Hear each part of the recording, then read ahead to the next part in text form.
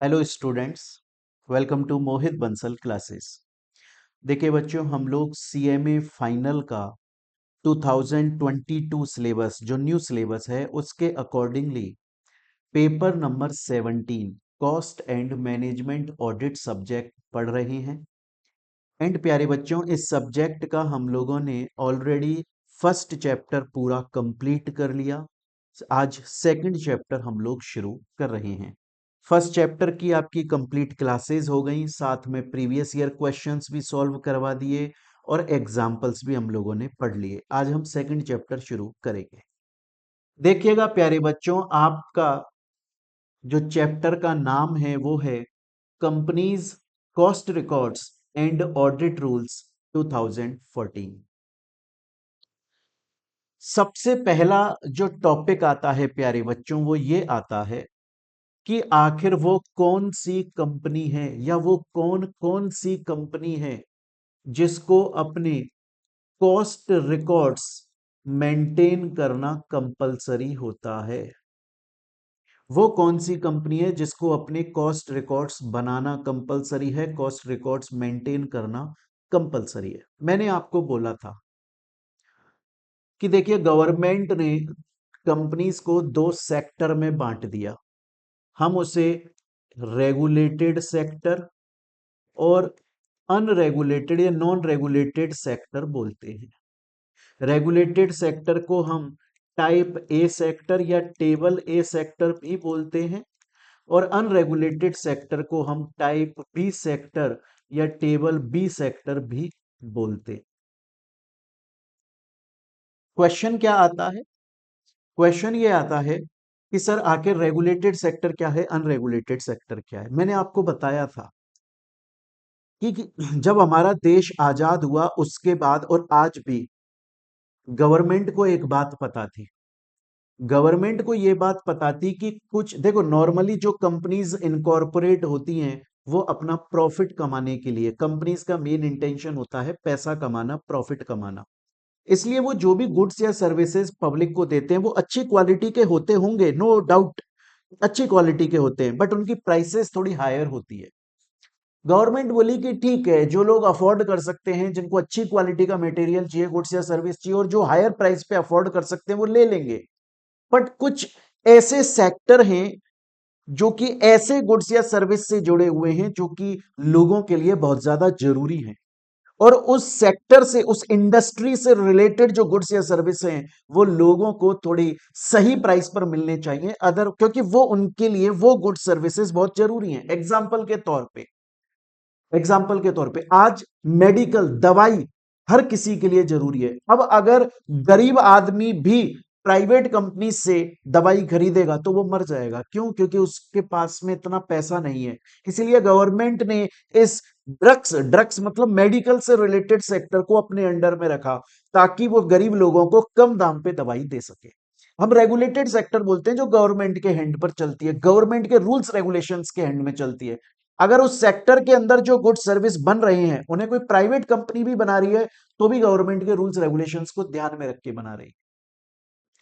Question ये आता है कि सर रेगुलेटेड सेक्टर में कौन कौन आता है। देखिए प्यारे बच्चों, रेगुलेटेड सेक्टर के अंदर एक तो आता है पावर, इलेक्ट्रिसिटी, एक आता है पेट्रोलियम, एक आता है ड्रग्स मतलब मेडिकल मेडिसिन, एक आता है टेलीकम्युनिकेशन क्योंकि उसे telecom regulatory authority of India regulate करता है, एक आता है शुगर और एक आता है फर्टिलाइजर क्योंकि इंडिया एग्रीकल्चरल कंट्री है। तो अगर कोई भी कंपनी इनमें से किसी सेक्टर में काम कर रही है, इन छह में से, तो वो regulated sector type A table A sector में काम कर रही है। और इनके अलावा किसी दूसरे सेक्टर में काम कर रही है तो वो unregulated sector type B table B sector के अंदर काम कर रही है। क्लियर है ये चीज यहां तक? अब क्वेश्चन ये आता है कि सर अगर कोई कंपनी रेगुलेटेड सेक्टर में काम कर रही है या अनरेगुलेटेड सेक्टर में काम कर रही है, अगर प्रीवियस फाइनेंशियल ईयर के अंदर उस कंपनी का टोटल टर्नओवर का मतलब अगर वो कंपनी 10 प्रोडक्ट बनाती है तो टोटल 10 प्रोडक्ट्स का टोटल मिलाकर अगर उस कंपनी का टर्नओवर कम से कम 35 करोड़ या उससे ज्यादा है 35 करोड़ या उससे ज्यादा है, तो फिर उस केस में उस कंपनी को अपने कॉस्ट रिकॉर्ड्स बनाने पड़ेंगे, मेंटेन करना जरूरी है। स्टूडेंट बोलता है सर ये सेम बात आप हमें इस चैप्टर के अंदर ऑलरेडी, जो आपने हमें फर्स्ट चैप्टर पढ़ाया था, उस फर्स्ट चैप्टर के अंदर आप ये सेम बात हमें पढ़ा चुके। आपने एग्जाम्पल भी बताया था कि मोहित बंसल क्लासेस एक कंपनी है और वो ये जानना चाहती है कि क्या उसे अपने कॉस्ट रिकॉर्ड्स मेंटेन करना जरूरी है। प्रीवियस फाइनेंशियल ईयर के अंदर उसका जो एग्रीगेट टर्नओवर था, सभी प्रोडक्ट सर्विसेज को बेच बाच के जो पैसा आया वो 34 करोड़ था। जी नहीं, इस कंपनी को नहीं बनाने पड़ेंगे, अपने कॉस्ट रिकॉर्ड्स मेंटेन करना कंपलसरी नहीं है, क्योंकि मिनिमम 35 करोड़ का टर्नओवर होता तो फिर ऐसे कॉस्ट रिकॉर्ड्स मेंटेन करने पड़ते। ये बात हमने फर्स्ट चैप्टर में पढ़ी थी, मैंने आपको एग्जांपल से समझाई थी, मैंने आपको क्वेश्चन भी साथ में सॉल्व करवा दिया था। सेम चीज आपके सेकंड चैप्टर में भी है, इसीलिए मैं दोबारा से एक बार रिवाइज करा रहा हूं इस बात को। चाहे से आप रेगुलेटेड सेक्टर में काम करते हैं, चाहे से अनरेगुलेटेड सेक्टर में काम करते हैं, कोई फर्क नहीं पड़ता इस बात से, कोई फर्क नहीं पड़ता इस बात से। अगर प्रीवियस फाइनेंशियल ईयर के अंदर टोटल टर्नओवर 35 करोड़ या उससे ज्यादा था, 35 करोड़ से कम नहीं, not less than 35 crore, 35 crore या उससे ज्यादा था अगर आपका प्रीवियस फाइनेंशियल ईयर के अंदर टर्नओवर, तो फिर आपको कॉस्ट रिकॉर्ड्स मेंटेन करना मैंडेटरी है, कंपलसरी। मैंने आपको काफी सारे एग्जांपल्स पढ़ाए थे इससे रिलेटेड, जैसे कि रिलायंस पेट्रोलियम कंपनी है। अब क्योंकि रिलायंस पेट्रोलियम कंपनी है तो पेट्रोलियम तो आ गया रेगुलेटेड सेक्टर में, अभी अभी पढ़ाया मैंने, रेगुलेटेड सेक्टर में। लेकिन कॉस्ट रिकॉर्ड्स के लिए रेगुलेटेड नॉन रेगुलेटेड का कोई फर्क नहीं पड़ता। अब ये कंपनी 3 प्रोडक्ट बेचती है और प्रीवियस फाइनेंशियल ईयर के अंदर, करंट फाइनेंशियल ईयर है 2025-26, तो प्रीवियस फाइनेंशियल ईयर क्या हुआ 2024-25, प्रीवियस फाइनेंशियल ईयर के अंदर टर्नओवर है 20-20-20, मतलब टोटल मिलाकर 60 करोड़। टोटल मिलाकर कितना टर्नओवर हुआ 60 करोड़। हमने बोला था अगर कंपनी का प्रीवियस फाइनेंशियल ईयर के अंदर टर्नओवर मिनिमम 35 करोड़ हो जाता है या उससे ज्यादा, तो फिर इसे कॉस्ट रिकॉर्ड्स मेंटेन करने कंपलसरी है, तो इसे कॉस्ट रिकॉर्ड मेंटेन करने पड़ेगी। सेम इस केस में देखो, इसमें कितना हो रहा है 30 + 20 50 + 85 करोड़ टोटल हो रहा है, कॉस्ट रिकॉर्ड मेंटेन करना जरूरी है। कॉस्ट रिकॉर्ड्स की सिंपल सी कहानी है, चाहे से कंपनी रेगुलेटेड सेक्टर में काम करती है, चाहे से अनरेगुलेटेड सेक्टर में काम करती है, अगर प्रीवियस फाइनेंशियल ईयर में टोटल टर्नओवर कम से कम 35 करोड़ का होता है तो कंपनी को कॉस्ट रिकॉर्ड्स मेंटेन करने पड़ेंगे, बात खत्म हो जाती है यहां पर। स्टूडेंट बोलता है यहां तक की बात समझ में आ गई। अच्छा बच्चों, पता है एक कल एक इंसिडेंस हुआ कि हमारी टीम के पास में एक बच्चे का कॉल आया, वो बच्चे ने क्लासेस परचेज की हुई थी, तो उस बच्चे का कॉल आया टीम के पास। टीम ने आज सुबह मुझे बताया, बोला सर एक बच्चे की ना अजीब सी क्वेरी आई। मैंने कहा क्या क्वेरी आई है बच्चे की? बोला सर बच्चा ये बोल रहा है कि सर ने जो हमें क्लासेस दी हैं क्या वो लेटेस्ट क्लासेस है। जब बच्चे ने ऐसा पूछा तो मेरी टीम ने उस बच्चे से पूछा कि क्यों बेटे, आपको ऐसा क्यों लगता है कि ये लेटेस्ट क्लासेस नहीं है? बोला क्योंकि सर ने ना हमें एक एग्जाम्पल पढ़ाया था क्लास में, उसमें 2021-22 ईयर यूज करा, इसलिए मुझको ऐसा लगता है शायद ये लेटेस्ट क्लास नहीं है। ऐसा नहीं होता है यार दोस्त, क्लासेस लेटेस्ट ही है ना, आपके अटेम्प्ट के लिए स्पेशली रिकॉर्ड की जा रही है, लाइव रिकॉर्ड कर रहे हैं हम। पर उस बच्चे का जो ये सुना, टीम ने बताया, तो मेरे को लगा अरे यार ये बच्चा इस चीज पर ध्यान दे रहा है। मतलब हम जब उसको पढ़ा रहे हैं बच्चे को, तो हमारा इंटेंशन है कि हम ऐसा एग्जाम्पल दें जो इतना इजी हो ना कि बच्चे को एग्जाम्पल सुनते ही कॉन्सेप्ट क्लियर हो जाए। और बच्चे का ध्यान जा रहा है कि सर ने कौन सा ईयर यूज करा एग्जाम्पल के अंदर, तो हम अंदाजा लगाएंगे सर ने हमें लेटेस्ट। अरे ऐसा नहीं होता है यार दोस्त, जब टीचर पढ़ाता है ना तो वो इन चीजों पर ध्यान नहीं देता है, उसका मेन इंटेंशन होता है कि अच्छे से बच्चे को समझ में आए, कॉन्सेप्ट क्लियर हो, उसके दिमाग में कोई क्वेरी ना रह जाए। क्लासेस लेटेस्ट रहती हैं। चलिए, तो यहां तक प्यारे बच्चों हम लोगों ने ये बात पढ़ी।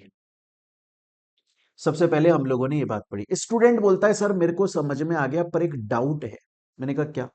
बोला सर आपने बोला वो कंपनी जिसका प्रीवियस फाइनेंशियल ईयर के अंदर टर्नओवर कम से कम 35 करोड़ या उससे ज्यादा है, उसे कॉस्ट रिकॉर्ड्स मेंटेन करने पड़ेंगे। ओके गॉट इट, लेकिन क्या सर इसका कोई फिक्स्ड फॉर्मेट है कि हर कंपनी को अपने कॉस्ट रिकॉर्ड्स इसी फॉर्मेट के अकॉर्डिंगली बनाने चाहिए, इसी परफॉर्मा के अकॉर्डिंगली बनाने चाहिए, या फिर कोई भी कंपनी जैसे चाहे वैसे अपने कॉस्ट रिकॉर्ड्स को बना ले? अरे यार दोस्त एक बात बताओ, मेरे को एक बात बताओ। मैंने आपको क्या बोला था कि पहले कंपनी के अंदर ट्रांजैक्शंस होते हैं, फिर कंपनी का होल टाइम एम्प्लॉय जो कि सीएमए होता है, जॉब करता है कंपनी में, वो कॉस्ट रिकॉर्ड्स को मेंटेन करता है। उसके अलावा वो कॉस्ट अकाउंटिंग भी करता है, अकाउंट्स के अंदर लिखता है कंपनी ने क्या ट्रांजैक्शन किया, कितना खर्चा लगा। फिर उसके बाद में एक प्रैक्टिसिंग कॉस्ट एंड मैनेजमेंट आता है और वो कंपनी के इन कॉस्ट रिकॉर्ड्स की ऑडिट करता है। ये पढ़ा था ना हम लोगों ने, ध्यान होगा आप लोगों को, फर्स्ट चैप्टर में पढ़ा था।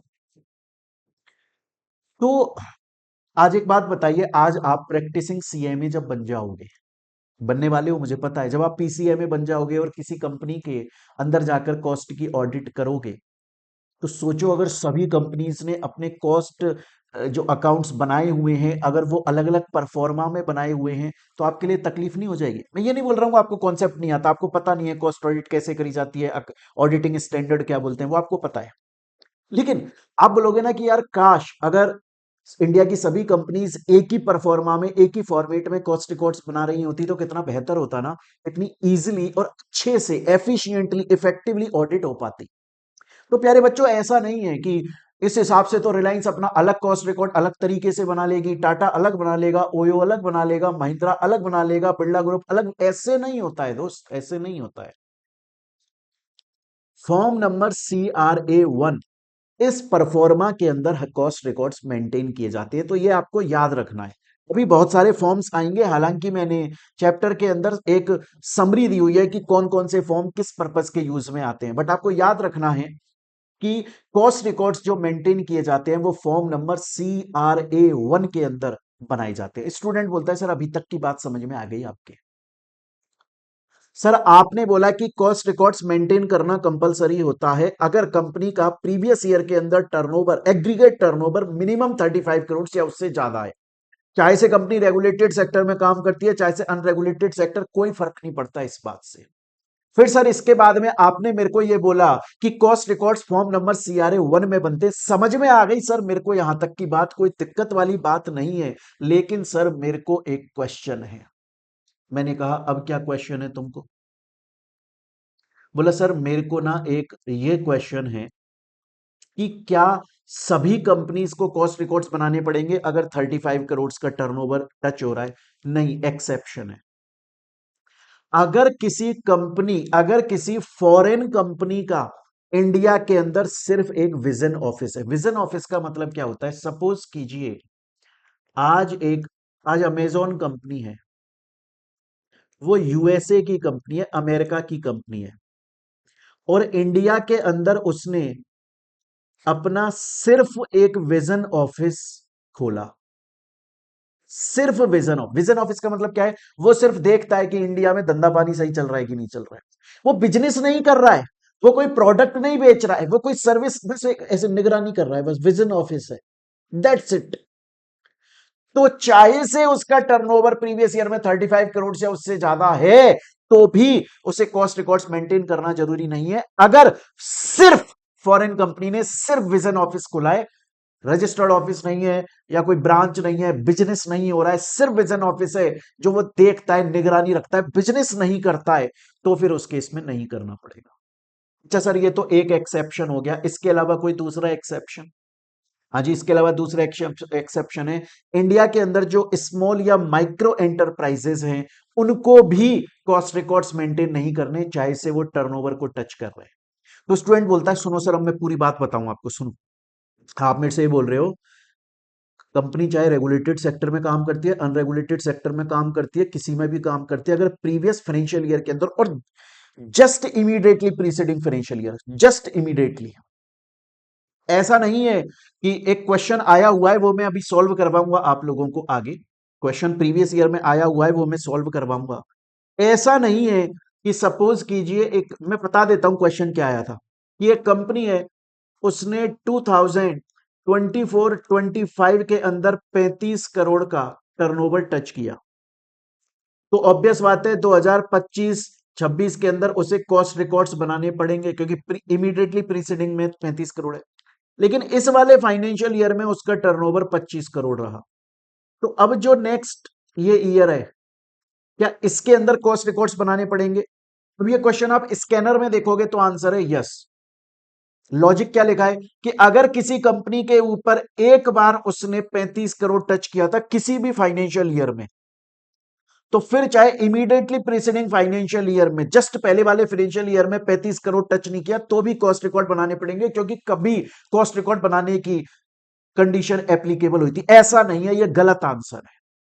सही आंसर वो है जो मैं बता रहा हूं आपको, स्कैनर का गलत आंसर है। हमें चेक करना होता है just immediately preceding financial year. देखो 2025-26 का इमीडिएटली प्रीसीडिंग फाइनेंशियल ईयर है 24-25, तो इसमें 35 करोड़ था, तो आज कॉस्ट रिकॉर्ड बनाना पड़ेगा। 26-27 का इमीडिएटली प्रीसीडिंग फाइनेंशियल ईयर 25-26 है, इसमें 35 करोड़ नहीं था, यहां पे कॉस्ट रिकॉर्ड बनाना कंपलसरी नहीं है, हमें just immediately preceding financial year देखना होता है। स्टूडेंट बोलता है सर मेरे को यहां तक की बात समझ में आई, आपने मेरे को बोला अगर कोई भी company just immediately preceding financial year के अंदर उसका एग्रीगेट सभी प्रोडक्ट्स को टोटल मिलाकर टर्नओवर 35 करोड़ है, जरूरी नहीं है एक प्रोडक्ट से, सभी प्रोडक्ट्स को टोटल मिलाकर टर्नओवर अगर 35 करोड़ या उससे ज्यादा है, तो फिर उस केस में कॉस्ट रिकॉर्ड्स मेंटेन करने पड़ेंगे, जो कि फॉर्म नंबर CRA 1 में मेंटेन करने पड़ेंगे। लेकिन इसके एक्सेप्शन भी आपने मेरे को बताए, अगर कोई फॉरेन कंपनी है उसका इंडिया के अंदर सिर्फ और सिर्फ एक विजन ऑफिस है, बिजनेस नहीं करती है, सिर्फ विजन ऑफिस है, कॉस्ट रिकॉर्ड्स मेंटेन करना कंपलसरी नहीं है। और स्मॉल एंड माइक्रो जो एंटरप्राइजेस हैं इंडिया के अंदर, उनको भी कॉस्ट रिकॉर्ड्स मेंटेन करना कंपलसरी नहीं। स्टूडेंट बोलता है सर दोनों यहां तक आपने मेरे को पढ़ाया, यहां तक पूरी बात समझ में आ गई, लेकिन सर आप प्रीवियस ईयर क्वेश्चन साथ में सॉल्व कराते हो, तो जितना आपने पढ़ाया आप प्रीवियस ईयर क्वेश्चन साथ में उतने टॉपिक से रिलेटेड सॉल्व करवा दीजिए।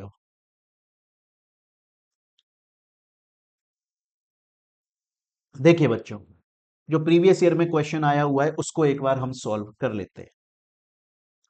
पहला क्वेश्चन बड़े ध्यान से सुनिएगा। ये बोल रहा है हेल्थ केयर इक्विपमेंट लिमिटेड एक कंपनी है जो कि कार्डियक स्टेंट्स और ये मेडिकल से रिलेटेड इक्विपमेंट्स को मैन्युफैक्चर करती है। हमें इन चार ऑप्शन को देखकर यह बताना है कि इनमें से वो कौन सा ऑप्शन है जिसके अंदर कंपनी को कॉस्ट रिकॉर्ड मेंटेन करना कंपलसरी हो जाएगा। क्वेश्चन समझ में आया? ऑप्शन देखते हैं। पहला ऑप्शन है अ foreign company having registered office at Mumbai. Registered foreign company का रजिस्टर्ड ऑफिस है, मतलब बिजनेस होता है, तो जी हाँ, कॉस्ट रिकॉर्ड मेंटेन करना कंपलसरी हो जाएगा अगर वो कंडीशन को फुलफिल कर रही है 35 करोड़ वाली। अब company classified as a micro enterprise, नहीं, माइक्रो और स्मॉल को कॉस्ट रिकॉर्ड नहीं बनाने पड़ते, एक्सेप्शन पढ़ा हमने अभी। A foreign company having only liaison office at Delhi and Mumbai. Liaison office मतलब सिर्फ रिलेशन बनाने वाला, देखने वाला, बिजनेस नहीं करते हैं, नहीं, उसको भी नहीं करना है। एक डोमेस्टिक इंडिया की कंपनी है जिसका टर्नओवर जो है वो ड्रॉप हो गया, मतलब पहले कभी 40 करोड़ था, अब 24 करोड़ है, अब 24 करोड़ है। क्लियर है ये चीज यहां तक? क्या उसको कॉस्ट रिकॉर्ड्स मेंटेन करने पड़ेंगे? जी नहीं, क्योंकि 35 करोड़ की टर्म कंडीशन फुलफिल नहीं होती। अच्छा मैं दोबारा से बता दूं, क्योंकि बच्चों की क्वेरी आई है। अब आप बोलोगे सर यहाँ पर तो 2018-19 लिखा हुआ है, फिर क्या आप ये पुरानी क्लासेस हैं, लेटेस्ट क्लासेस हैं मेरे भाई? लेकिन वो क्वेश्चन जो है वो पहले आया था, लेकिन सर आप तो हमें न्यू सिलेबस 2022 सिलेबस पढ़ा रहे हो।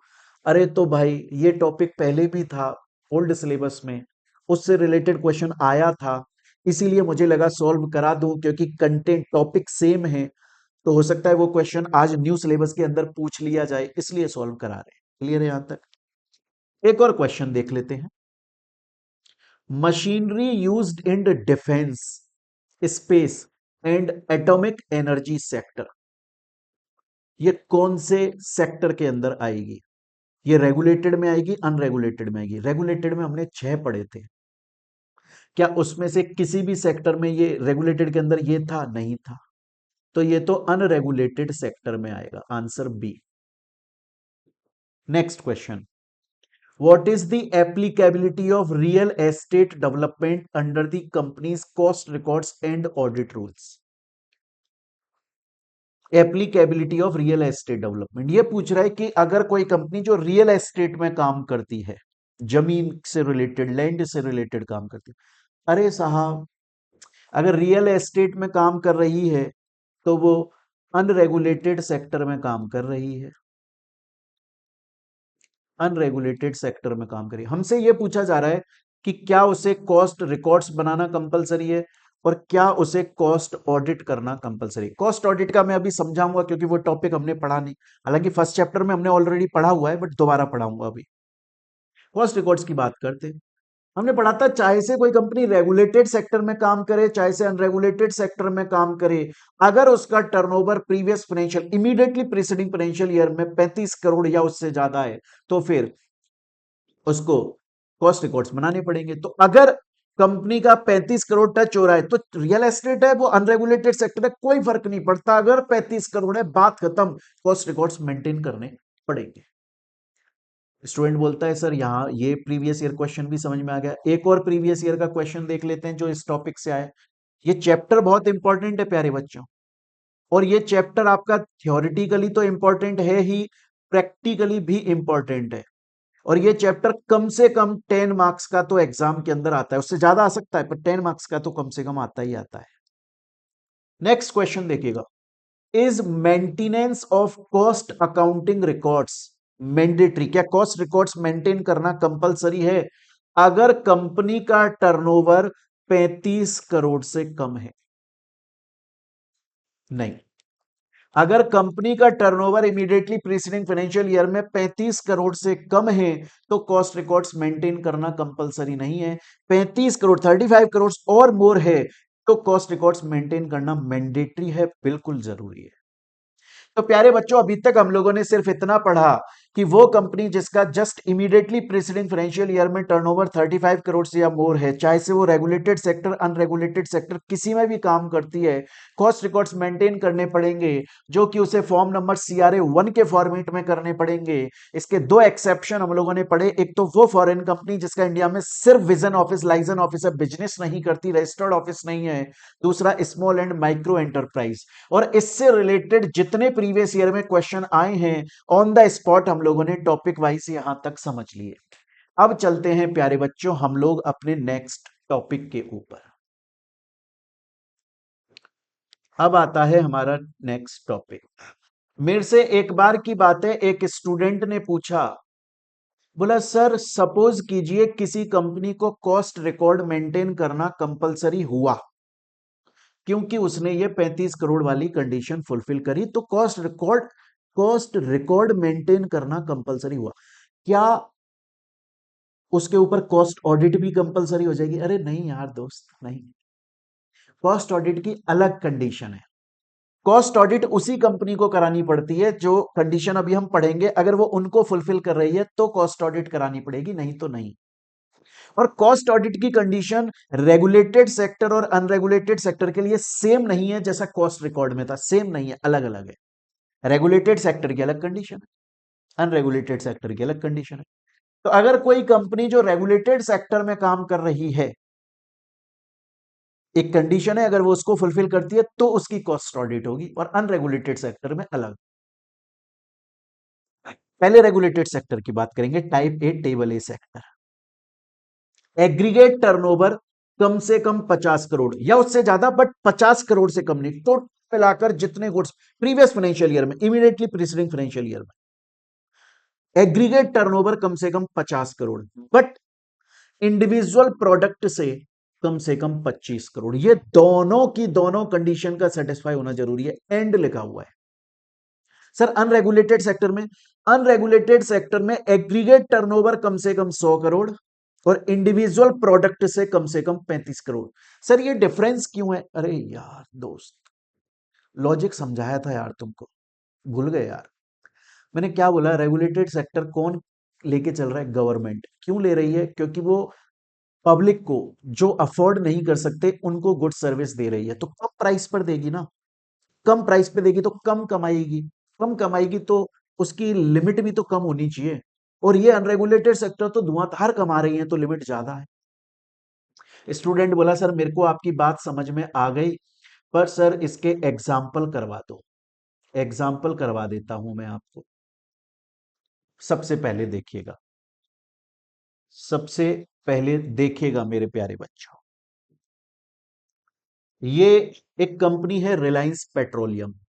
तो ये कौन से सेक्टर में काम करती है? सर ये रेगुलेटेड सेक्टर में काम करती है, क्योंकि ये पेट्रोलियम में काम करती है। Regulated sector, table A sector. Condition क्या है? सर एग्रीगेट टर्नओवर कम से कम 50 करोड़ और इंडिविजुअल प्रोडक्ट से 25 करोड़, ये दोनों कंडीशन सेटिस्फाई होनी चाहिए।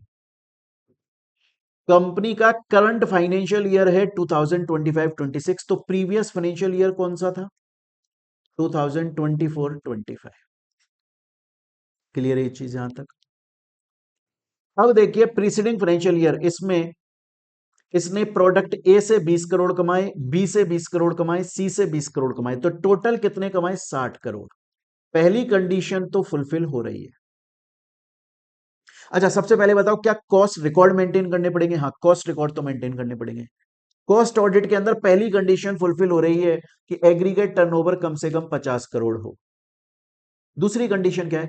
इंडिविजुअल प्रोडक्ट से कम 25 करोड़ कमाए हो। एक एक करके देखेंगे। क्या टाइप प्रोडक्ट ए से 25 करोड़ कमाए? नहीं, तो कॉस्ट ऑडिट नहीं होगी। क्या बी से कमाई? नहीं, कॉस्ट ऑडिट नहीं होगी। क्या सी से कमाई? नहीं, तो कॉस्ट ऑडिट नहीं होगी, क्योंकि सिर्फ एक ही कंडीशन फुलफिल हुई, दोनों फुलफिल नहीं हुई। स्टूडेंट बोलता है सर ये एग्जांपल समझ में आया, और बताओ सर, और बताओ।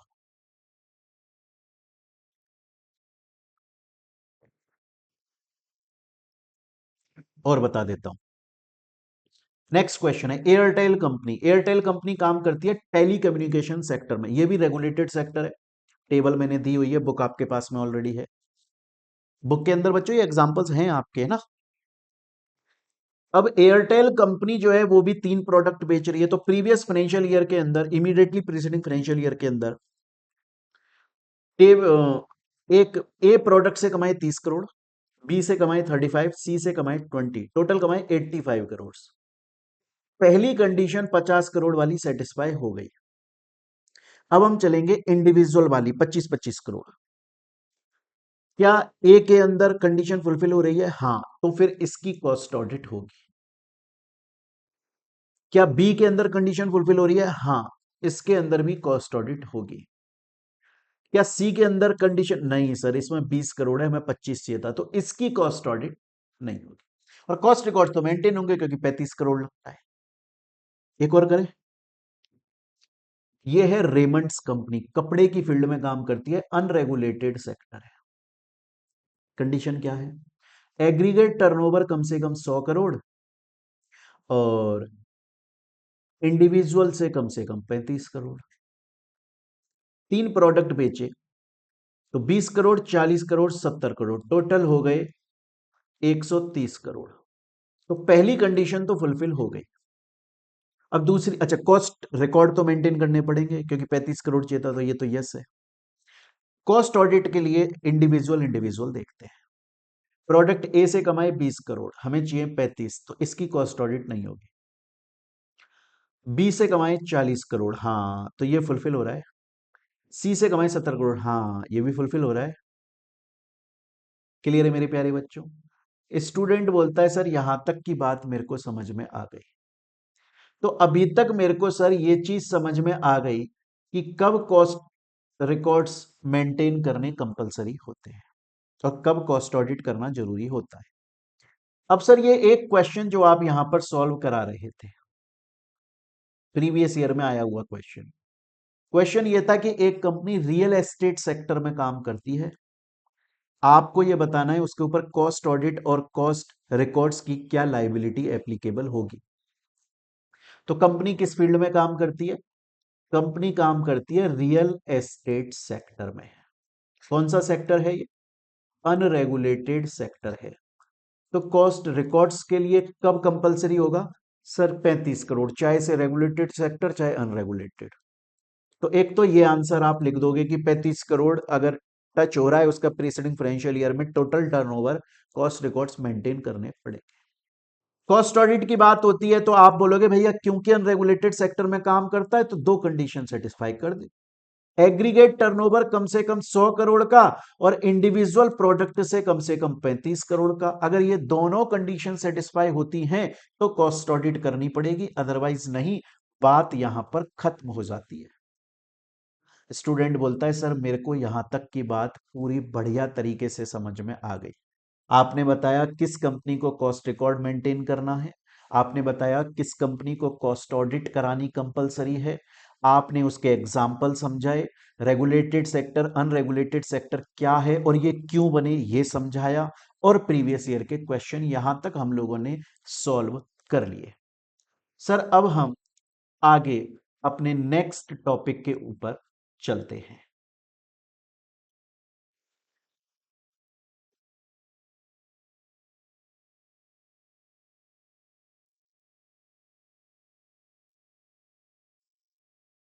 सर आपने ना जब हमें अभी कॉस्ट रिकॉर्ड पढ़ाया, अभी पढ़ाया सर, अभी याद है हमको, अभी जब आपने कॉस्ट रिकॉर्ड पढ़ाया तो आपने दो एक्सेप्शन पढ़ाए। आपने बोला अगर किसी फॉरेन कंपनी का इंडिया में सिर्फ विजन या लाइजन ऑफिस है तो चाहे से 35 करोड़ हुआ होगा टर्नओवर, कॉस्ट रिकॉर्ड नहीं बनाने हैं। ऐसा ही आपने स्मॉल माइक्रो के लिए बोला। एक्सेप्शन पढ़ाए आपने कॉस्ट रिकॉर्ड के अंदर। क्या कॉस्ट ऑडिट का भी कोई एक्सेप्शन होता है क्या, कि चाहे से कंपनी उन कंडीशन को फुलफिल कर रही है 50 करोड़ 25 करोड़ या 100 करोड़ और 35 करोड़, फिर भी उसको कॉस्ट ऑडिट नहीं करानी पड़ेगी? हाँ होता है, एक्सेप्शन होता है। सर क्या एक्सेप्शन होता है, पढ़ाओ ना सर। पढ़ा देते हैं यार, दोस्त मेरे पढ़ा देते हैं। देखिए एक स्पेशल इकोनॉमिक जोन नाम की चीज होती है। ये क्या होता है, बड़े ध्यान से समझिएगा। सपोज कीजिए ये भारत है, ये है इंडिया, ये मेरा इंडिया, प्यारा इंडिया। क्लियर ये चीज? इंडिया के अंदर ही इंडिया की गवर्नमेंट कुछ एरिया को, कुछ जगह को सेज के नाम से डिक्लेयर कर देती है। हम बोलते हैं स्पेशल इकोनॉमिक जोन। जोन शब्द का मतलब है एरिया, स्पेशल का मतलब है कि उनको कुछ स्पेशल बेनिफिट्स दिए जाएंगे, और इकोनॉमिक का मतलब है पैसे रोकड़ा से रिलेटेड उनको स्पेशल बेनिफिट दिए जाएंगे। ये इंडिया के अंदर ही है। अगर आज ये इंडिया है तो इंडिया के अंदर गवर्नमेंट ने बोला ये वाला हिस्सा सेज है, तो इस एरिया के अंदर जो भी कंपनी सिचुएटेड है, जो भी फैक्ट्री इंडस्ट्री सिचुएटेड है, उसको कुछ इकोनॉमिक बेनिफिट्स दिए जाते हैं, स्पेशल इकोनॉमिक बेनिफिट्स दिए जाते हैं। उसे कॉस्ट ऑडिट, उसे टैक्स के अंदर बहुत सारे बेनिफिट दिए जाते हैं, आप जीएसटी में पढ़ोगे, कस्टम में पढ़ोगे। उसी तरीके से उसको कॉस्ट ऑडिट कराना कंपलसरी नहीं है। अगर कोई ऐसी कंपनी है जिसका 50 करोड़ है एग्रीगेट टर्नओवर और 25 करोड़ है इंडिविजुअल प्रोडक्ट का, या 100 करोड़ 35 करोड़, लेकिन वो सेज के अंदर बनी हुई है, उस एरिया के अंदर आती है वो कंपनी, तो उसे कॉस्ट ऑडिट नहीं करानी पड़ेगी। स्टूडेंट बोलता है अपन को पहला समझ में आता है। आगे चलते हैं सर, नेक्स्ट के ऊपर चलते हैं। नेक्स्ट है कि सपोज कीजिए एक कंपनी है, एग्जांपल ये है रेमंड्स कंपनी। इसने प्रीवियस ईयर में 3 प्रोडक्ट बेचे, ए बी सी। टोटल जो टर्नओवर हुआ प्रोडक्ट से वो 130 करोड़ का हुआ। कितने का हुआ? 130 करोड़ का हुआ। क्लियर है ये चीज यहां तक? अब आप 130 करोड़ का 75% निकालिए, निकालिए आप एक बार 30 करोड़, 130 करोड़ का 75%। देखिए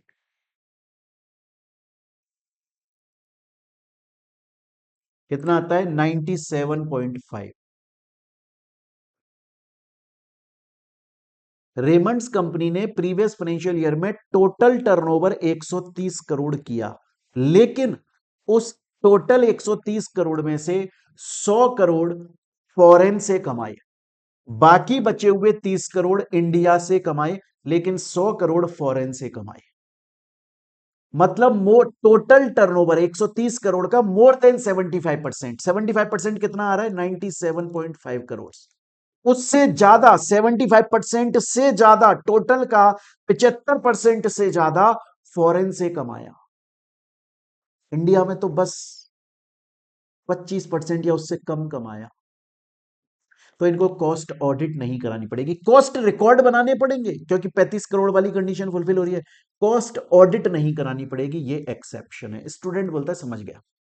कॉस्ट ऑडिट के दो एक्सेप्शन अभी तक आपने पढ़ाए। पहला आप बोले कि अगर कोई कंपनी सेज के अंदर आती है तो चाहे से उसने लिमिट फुलफिल करी है कॉस्ट ऑडिट वाली, लेकिन उसे कॉस्ट ऑडिट नहीं करानी।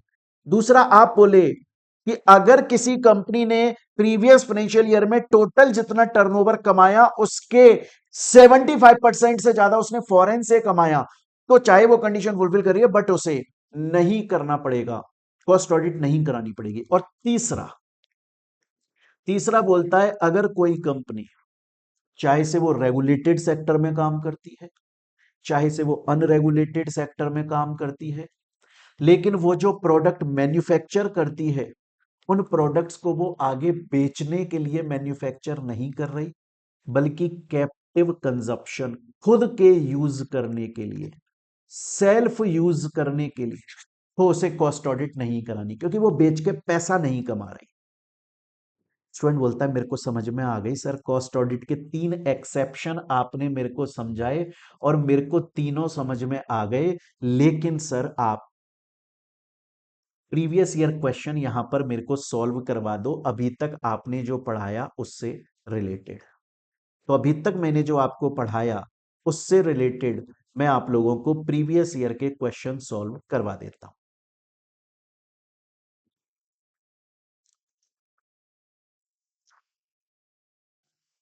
देखिएगा पहला क्वेश्चन, ये बोल रहा है एक कंपनी है और उसकी फैक्ट्री यूनिट सेज के अंदर है और नॉन सेज एरिया दोनों के अंदर है। तो आपको बताना है कि उसके ऊपर cost record and cost audit की क्या एप्लीकेबिलिटी होगी। तो बड़े ध्यान से सुनिएगा, क्वेश्चन क्या है मैं वो समझा देता हूं। सपोज कीजिए एक कंपनी है जिसका नाम है एबीसी कंपनी, उसकी एक ब्रांच तो सेज के अंदर है और एक ब्रांच नॉन सेज के अंदर है। क्वेश्चन यह है कि कॉस्ट ऑडिट और कॉस्ट रिकॉर्ड्स की एप्लीकेबिलिटी उसके ऊपर लगेगी कि नहीं लगेगी, लगेगी तो कैसे। बड़े ध्यान से सुनिएगा, पहले हम कॉस्ट रिकॉर्ड की बात करते हैं। कॉस्ट रिकॉर्ड में आप सिंपल सा आंसर लिखोगे, चाहे से यूनिट सेज के अंदर है चाहे से नॉन सेज के अंदर है, कोई फर्क नहीं पड़ता। अगर अगर इस यूनिट ने जो सेल्स के अंदर है previous immediately preceding financial year के अंदर टर्नओवर कम से कम 35 करोड़ का कमाया, कॉस्ट रिकॉर्ड मेंटेन करना पड़ेगा। सेम वो यूनिट जो नॉन सेल्स के अंदर है उसने इमीडिएटली प्रीसीडिंग फाइनेंशियल ईयर में टोटल टर्नओवर 35 करोड़ कमाया या उससे ज्यादा, कॉस्ट रिकॉर्ड मेंटेन करने पड़ेंगे। दोनों के लिए सेम है। कॉस्ट रिकॉर्ड बोलता है मेरे को ना फंसाओ मत, regulated unregulated says non says फलाना ढीकना में, मैं सिंपल है भैया 35 करोड़ या उससे ज्यादा है टर्नओवर, एग्रीगेट टर्नओवर, तो कॉस्ट रिकॉर्ड मेंटेन करने पड़ेंगे। बात आती है कॉस्ट ऑडिट की, सेज वाले को तो कॉस्ट ऑडिट करना ही नहीं है। नॉन सेज में अगर वो कंडीशन फुलफिल हो रही है, regulated sector 50 crore 25 crore, unregulated sector 100 crore 35 crore, तो कॉस्ट ऑडिट करानी पड़ेगी। स्टूडेंट बोलता है सर मेरे को प्रीवियस ईयर क्वेश्चन भी समझ में आ गया, उसका आंसर भी समझ में आ गया, आगे चलते हैं।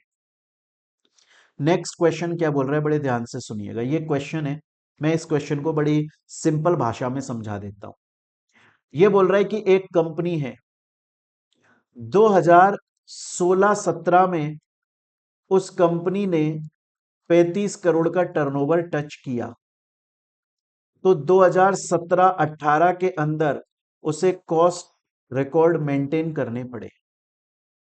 लेकिन 17-18 के अंदर 35 करोड़ का टर्नओवर टच नहीं किया, तो क्या 18-19 के अंदर उसे कॉस्ट रिकॉर्ड्स मेंटेन करने पड़ेंगे? स्कैनर में आंसर लिखा है हाँ, लेकिन इसका वो गलत आंसर है। सही आंसर है नहीं, क्योंकि हम कॉस्ट रिकॉर्ड्स के लिए just immediately preceding financial year देखते हैं।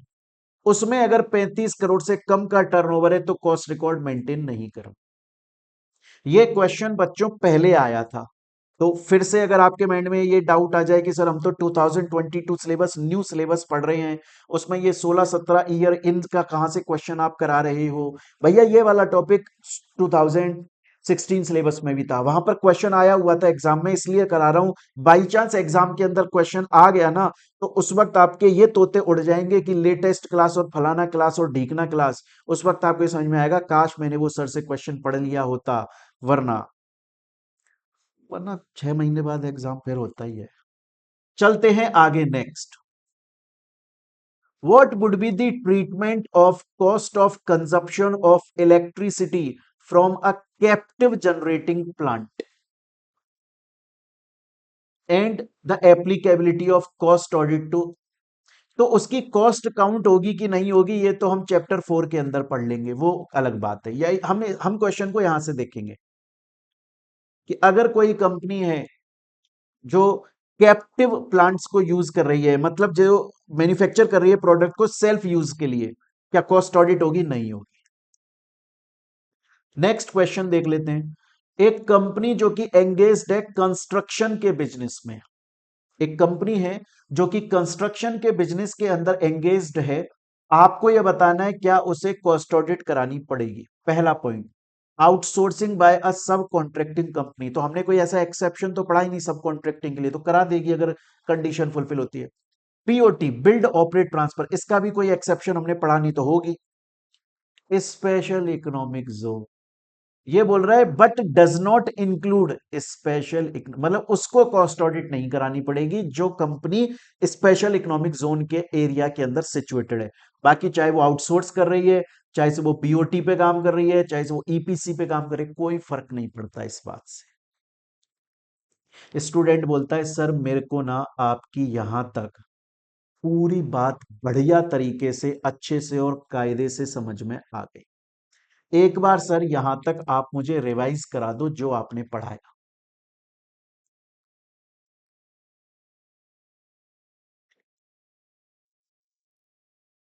मैं रिवाइज नहीं कराऊंगा यार दोस्त, मैं आपसे क्वेश्चन पूछूंगा, आपको जवाब देना है। पहला क्वेश्चन मेरा ये है कि किस कंपनी को कॉस्ट रिकॉर्ड मेंटेन करने कंपलसरी है?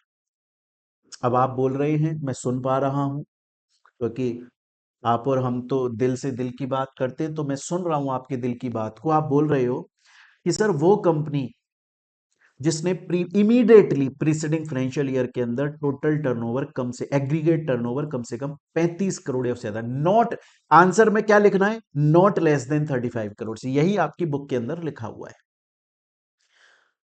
कौन से सेक्टर में काम करती हो? सर सेक्टर वेक्टर का टेंशन नहीं है सर, चाहे वो रेगुलेटेड में काम करते हैं अनरेगुलेटेड सेक्टर, बात ये है कि 35 करोड़ से कम नहीं है ना टर्नओवर, कॉस्ट रिकॉर्ड मेंटेन करना, बात खत्म यार सर। अच्छा ठीक है यार, ठीक है। फिर ये बताओ कि कौन से फॉर्मेट में करना है दोस्त? सर CRA 1 में करवा लो, ऐसी क्या टेंशन ले रहे हो आप? अच्छा अच्छा अच्छा अच्छा अच्छा, एक्सेप्शन है क्या कि भैया कोई ऐसी कंपनी हो जिसका इमीडिएटली प्रीसीडिंग फाइनेंशियल ईयर में टर्नओवर 35 करोड़ या उससे ज्यादा रहा हो, फिर भी उसे कॉस्ट रिकॉर्ड मेंटेन नहीं करना है? सर है सर, आपने पढ़ाया। एक्सेप्शन है सर अगर वो कोई फॉरेन कंपनी है जिसका इंडिया के अंदर सिर्फ और सिर्फ विजन या लाइजन ऑफिस है, मतलब बिजनेस नहीं होता, या फिर वो स्मॉल या माइक्रो एंटरप्राइज है। तो अच्छा कौन से फाइनेंशियल ईयर का देखते हैं, कौन से वाले प्रीवियस फाइनेंशियल ईयर का देखते हैं टर्नओवर?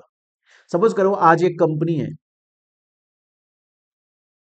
और उसने 1991 के अंदर जो उसका टर्नओवर है वो रहा था 35 करोड़, उसको नहीं देखते सर, जस्ट इमीडिएटली प्रीसीडिंग वाले को देखते हैं।